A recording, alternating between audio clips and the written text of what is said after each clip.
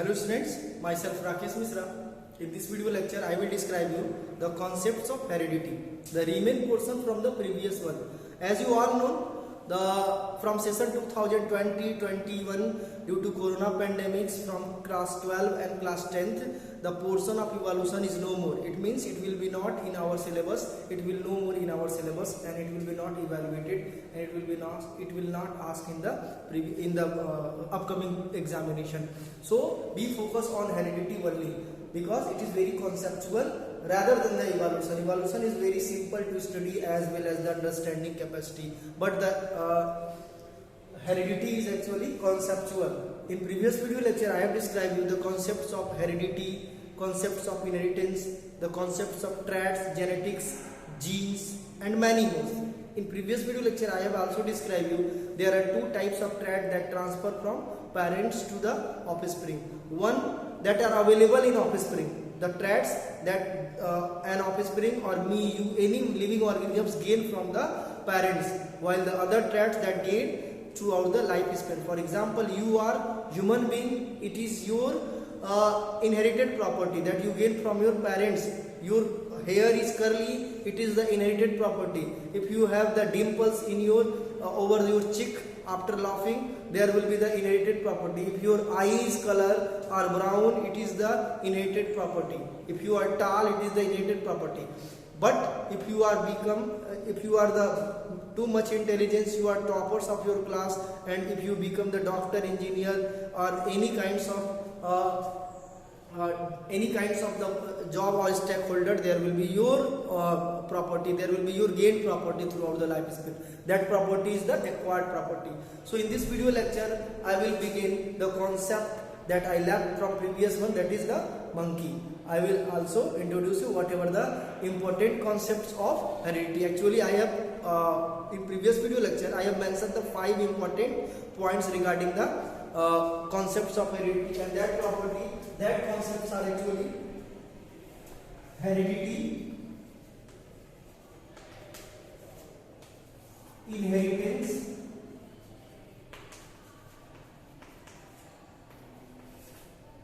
speciation,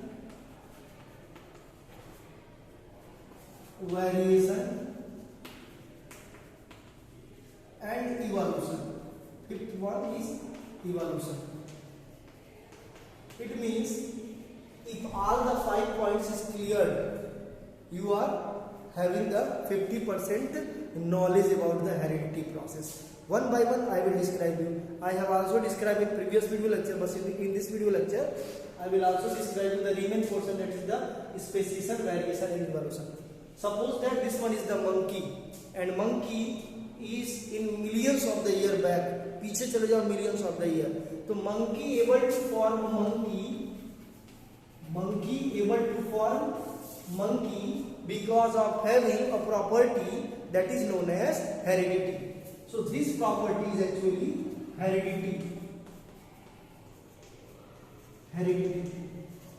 And the process by which monkey or any living being able to deliver their genetic character to the next generation is known as inheritance. So here I have linked the inheritance and heredity together with the monkey to monkey. Keep in mind. So monkey is a kind of species. As you all know, monkey is a kind of species. अगर हम evolution के case में चले जाएंगे, जो portion हटा दिया है, तो मंकी से मंकी बनने के प्रोसेस को, फिनोमिनन को स्पेसिएशन बोलते हैं. ठीक है, अगर पहला स्पीसीज अपने प्रीवियस वन की तरह से दिख रहा है तो स्पेसिएशन. जेनेटिक्स के केस में, हेरिडिटी के केस में आ जाएंगे तो ये प्रॉपर्टी हो जाएगी या प्रोसेस हो जाएगा. तो ये प्रॉपर्टी और प्रोसेस क्या हो जाएगा, ये मंकी टू मंकी, ये प्रॉपर्टी और प्रोसेस, ये हेरिडिटी और इवोल्यूशन के केस में आ जाएगा. तो यहाँ पे एक टर्म और आ गया है, स्पेसिएशन. ये एक टर्म आ गया है स्पेसिएशन. इसको भी आप समझ लीजिए स्पेसिएशन क्या है, फिर आगे के कॉन्सेप्ट को मैं समझाता हूँ. Phenomenon by which a species resemble with its parental one, or phenomenon in which the species evolved from the pre-existing similar kinds of species. Pre-existing similar kinds of species means, suppose that this is the monkey. Keep in mind, this is the monkey, and monkey is a kind of species and previous one was not other species, that was also a monkey. पिछला जो था वो gorilla, chimpanzee या human being नहीं था, वो भी monkey था. दैट इज स्पीसीज 1 और इसको मान लीजिए स्पीसीज 2. ठीक है. So both species are monkey. It means the according to the evolution, according to the concepts of speciation, every living organisms are resemble with the previous one, and if the every living organisms or every species are resemble with the previous one, the concept will be as equal to as is the speciation. यानी कि speciation is the phenomenon. यहाँ पे मैं लिख दे रहा हूँ ताकि आपको concept clear हो जाए. The phenomenon in which new species form from pre-existing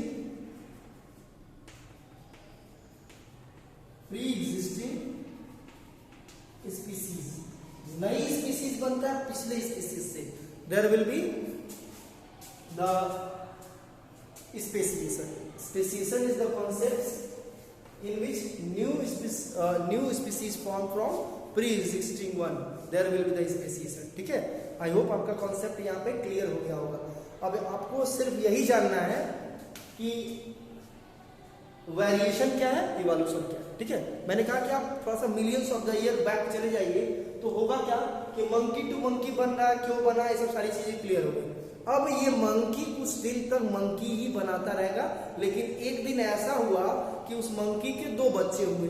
एक बच्चा बिल्कुल मंकी के जैसा था, एक बच्चा कैसा था, मंकी के जैसा था, और दूसरा थोड़ा सा होशियार निकल गया, थोड़ा सा माइंडेड निकल गया, थोड़ा सा होशियार निकल गया, और उसको हम लिख देते हैं चिंपैंजी.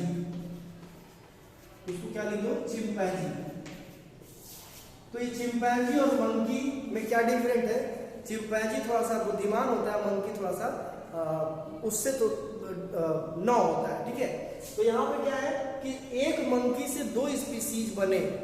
पहला स्पीसीज तो मंकी था. It means the concept of speciation will repeated. Concepts of heredity and inheritance everything is repeated. For this case everything is as usual. लेकिन इधर लोचा हो गया, उस साइड क्या हो गया, थोड़ी सी गड़बड़ी हो गई. क्या गड़बड़ी हो गई, सब कुछ फेल. Speciation fail. ठीक है. हेरिडिटी का प्रोसेस, प्रॉपर्टी फेल, इनहेरिटेंस का प्रोसेस फेल हो गया, सब कुछ फेल हो गया. Everything is fail to form the monkey. Monkey बनाने के प्रोसेस फेल हो गए. अब जब मंकी बनाने का प्रोसेस फेल हो गया तो इसके रिजल्ट क्या मिले, चिंपैंजी. इसका रीजन क्या हो सकता है, जो डीएनए के अंदर जीन्स है वो एग्जैक्ट कॉपी नहीं हो पाया, तो अगले जनरेशन में हमको वेरिएशन देखने को मिला. यानी कि the basic reason behind the fact why monkey do not able to form monkey because of having failure of heredity and inheritance. That is failure of heredity and inheritance. और उसके पीछे का रीजन क्या था, फेल टू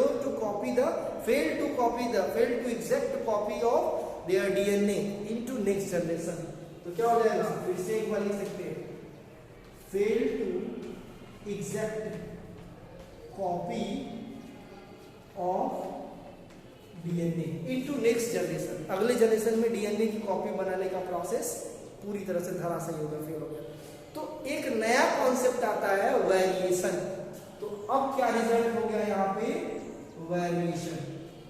इसका मतलब if there will be variation taken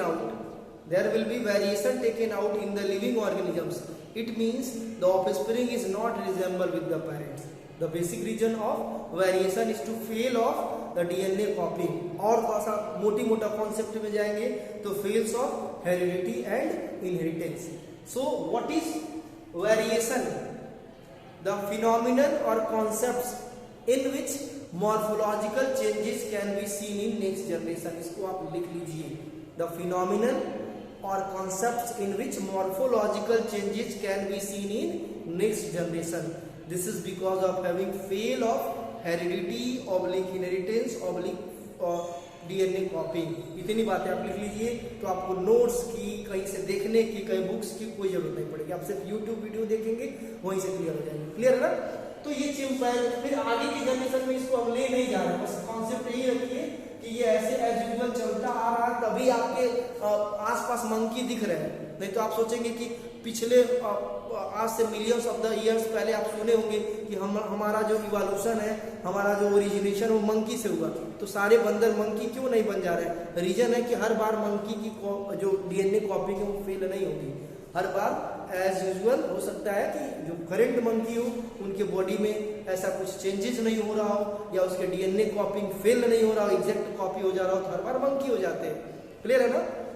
तो यहाँ लेकिन हाँ एक चीज तो और है, आप जान लीजिए, मंकी की जो ब्रेन की साइज है वो इससे पहले जो मंकी थे उनसे थोड़ी सी 10 तो हो ही गई है. ठीक है, थोड़ा सा मंकी बुद्धिमान हो रहा है. तो यहाँ पे क्या है, चिंपैंजी की मैं बात कर रहा हूँ. चिंपैंजी अगले जनरेशन में चिंपैंजी बनाता रहेगा एज यूजुअल. ठीक है, एज यूजुअल ये चिंपैंजी बनाता है. चिंपैंजी यानी इसमें भी इवोल्यूशन होता रहा और आज चिंपैंजी भी दिखते हैं. लेकिन एक दिन ऐसा हुआ कि चिंपैंजी के 2 बच्चे हुए. एक तो चिंपैंजी था जिसका इवोल्यूशन हमको देखने को मिल रहा है, लेकिन दूसरा चिंपैंजी से भी होशियार था और उसको आप बोल सकते हैं ऐप. क्या बोल सकते हैं? ऐप.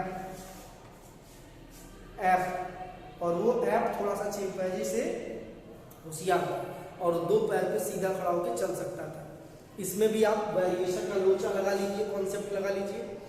इसमें आप वेरिएशन का लोचा नहीं लगाएंगे क्योंकि ये एज यूजुअल है, chimpanzee to chimpanzee, as like the monkey to monkey. But यहाँ पे क्या हो गया, चिंपैंजी टू ऐप आ गया. फिर ऐसे ही ये प्रोसेस चलता रहा, ऐप से ऐप बना. लेकिन एक दिन ऐप के ही जनरेशन में, ऐप के ही खानदान में कुछ ऐसे डिलीवर हुए, कुछ ऐसे बेबी पैदा हुए जो ऐप से होशियार थे. उसको आप मान सकते हैं एंशिएंट मैन. Ancient man. ये एंशिएंट मैन ऐप से भी क्या था, होशियार था और ऐप से भी ज्यादा चालाक था. ठीक है, और इसका भी जनरेशन चूंकि मैन है इसलिए इस एंशिएंट मैन से मैन बनेगा. एंशिएंट मतलब पुराना, मैन मतलब हम ही लोग. तो ये पुराना आदमी था, तो इससे अब इसके बॉडी डिजाइन में चेंजेज हुए. इससे 2 बच्चे तो हुए, लेकिन एक बच्चा होशियार था अगला जनरेशन में, और दूसरा जो है जो होशियार था वो मॉडर्न मैन बना. और वो कौन है, तुम लोग. ठीक है, और एंशिएंट मैन आज से पुराने लोगों को मान लीजिए. जैसे आपके बाबा में और आप में कौन टैलेंटेड है, तो कुछ मामले में आप टैलेंटेड है, कुछ मामले में आपके ग्रैंडफादर टैलेंटेड है. जैसे स्मार्टफोन में लॉगिन करके पढ़ाई करने में आप टैलेंटेड है, और बाकी चीज़ों में भाई दिमाग से सवाल लगाने में, बिना कैलकुलेटर के सवाल लगाने में आपके बाबा पिताजी टैलेंटेड है. तो ये जनरेशन चलता रहता है. ठीक है, ये कॉन्सेप्ट चलते रहते हैं. और होता क्या रहता है कि इवोल्यूशन, अभी भी इवोल्यूशन हो रहा है हमारी बॉडी डिजाइन में. कैसे चेक करेंगे, आप अपने आप का कंपेयर करिए, अपने बाबा से खुद पता चल जाएगा हमारी बॉडी में क्या ऐसे हैं जो हमारे बाबा में नहीं थे. बॉडी का मतलब आपके बाबा के ब्रेन साइज या आईक्यू लेवल या किसी पर्टिकुलर थिंकिंग के अगेंस्ट या फेवर में जो सोच है, वो आर्ट है. वो आर्ट आपके अंदर कैसे आया और बाबा के अंदर क्यों नहीं आया, क्योंकि उनके टाइम में बहुत सारी चीजें नहीं थी जो आपके टाइम में है. तो ये कुछ कॉन्सेप्ट है जिसकी हेल्प से आप जान सकते हैं. अब यहाँ पे फाइनली आपको क्या मिल गया, मॉडर्न मैन जो आप हैं और हम हैं. ठीक है, तो कुल कहानी हमारी शुरू तो मंकी से हुई थी. कुल कहानी हमारी मंकी से शुरू हुई थी और खत्म हुई मॉडर्न मैन पे. कुल कहानी मंकी से शुरू हुई और मॉडर्न मैन पे खत्म हुई. इसमें मिलियंस ऑफ द ईयर्स लग गए और इसी को बोला जाता है evolution. I think variation, speciation, inheritance, heredity खत्म, इवोल्यूशन बचा था. तो इवोल्यूशन में क्या हुआ, लंबा टाइम लगा, ग्रेजुअल प्रोसेस. तो लिखेंगे कॉपी में, लिख लीजिए कॉपी में, the gradual process in which more complex, the gradual process in which more complex organism developed from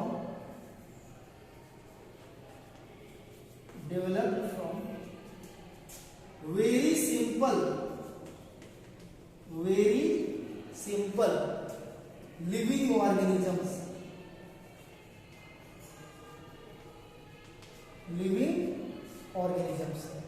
ठीक है। यानी कि किसी पॉपुलेशन में अगर कोई ट्रेड्स बहुत कम परसेंट में है, किसी पॉपुलेशन में कोई ट्रेड्स बहुत कम परसेंट में, तो उसके आने के चांस बहुत ज्यादा थे, वही पहले आया था, ठीक है। ये आपके एनसीईआरटी का पहला क्वेश्चन है। Suppose that in a population there are two type of living organisms, A and B. A has 10% of the traits that is resemble with the B, and B has 60% of traits that resemble with the A. Then which one has major or cheap probability to come on before first, that is come first on earth?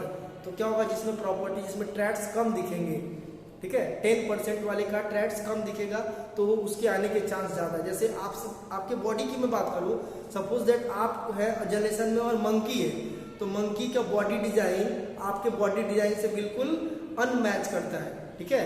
आपके body में कुछ ऐसे points, मान लो 10% ही है, आपके body का 10% characters monkey से मिल रहा है, और मंकी का अपनी ही बॉडी से, माने अपने ही पेरेंट्स के मंकी से, अपने ही एंसेस्टर मंकी से 60% मिल रहा है। तो कहने का मतलब कौन सा पॉपुलेशन सबसे पहले आया था, ठीक है।